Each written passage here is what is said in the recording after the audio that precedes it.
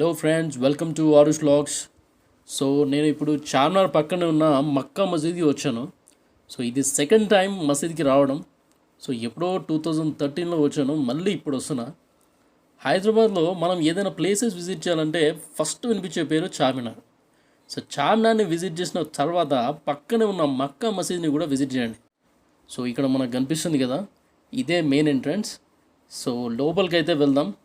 లోపలికి వచ్చిన తర్వాత ఒక్కసారి వ్యూ చూడండి భయ్య.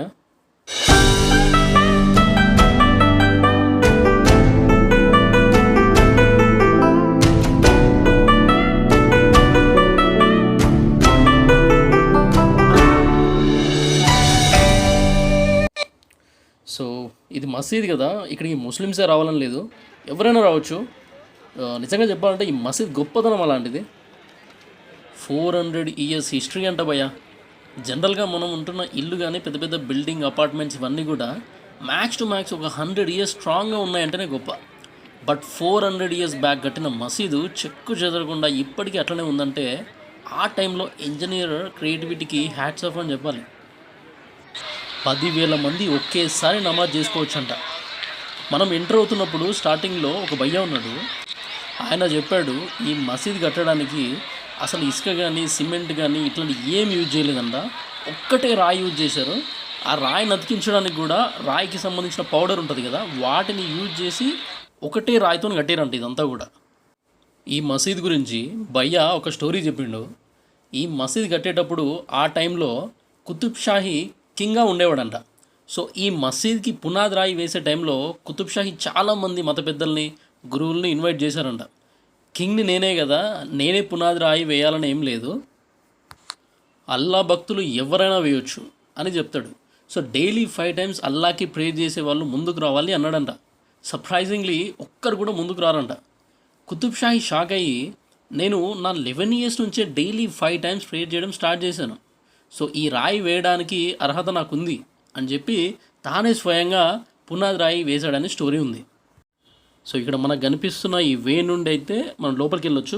బట్ లోపలికి వెళ్ళడానికి ముందు చెప్పులు బయట విడిచి లోపలికి వెళ్ళాలి. సో లోపలికి అయితే వెళ్దాం. లోపలికి వెళ్ళి లోపల ఎలా ఉందో చూద్దాం.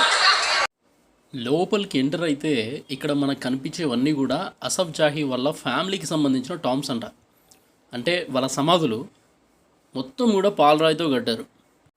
హిస్టరీ పరంగానే కాదు, ఆర్కిటెక్చర్ పరంగా కూడా స్పెషల్ అనే చెప్పాలి. నిజంగా ఈ మసీద్ సరౌండింగ్స్ అంతా కూడా చాలా ప్లెజెంట్గా ఉంది.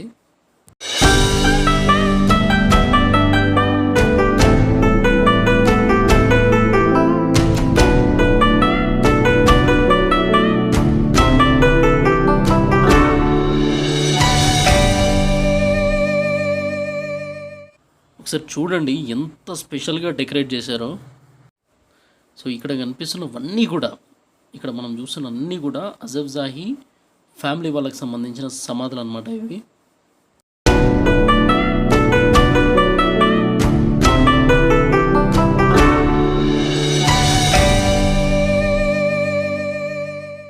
సో మసీద్కి ముందు ఇంత పెద్ద టెంట్ అయితే వేశారు.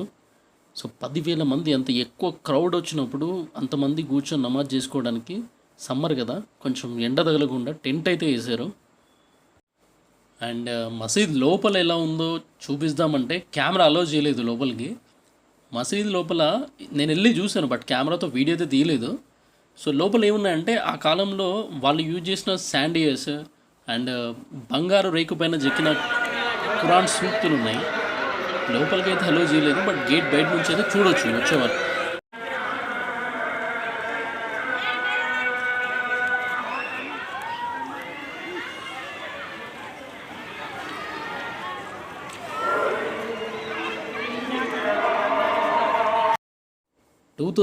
ఆ టైంలో మసీద్ చూడడానికి వచ్చినప్పుడు ఇక్కడ ఒక స్వీట్ ట్రై చేసిన, సేమ్ అదే ప్లేస్లో అదే స్వీట్ అమ్ముతున్నారు. చూద్దాం. कितना है स्वीट? 20 का है, 10 रुपीज़ का है. ये 20 का है? हाँ. एक दीजिए. कोकोनट का स्वीट है भैया? हाँ. अच्छा ठीक है. कोकोनट भी ले लो, दोनों मिक्स. एक बस है. సో ఈ స్వీట్ అంతా కంప్లీట్గా కోకోనట్ పౌడర్తో చేస్తారు. టేస్ట్ అయితే చాలా బాగుంది. ఒకవేళ మీరు వస్తే ట్రై చేయండి. టేస్ట్ చేద్దాం.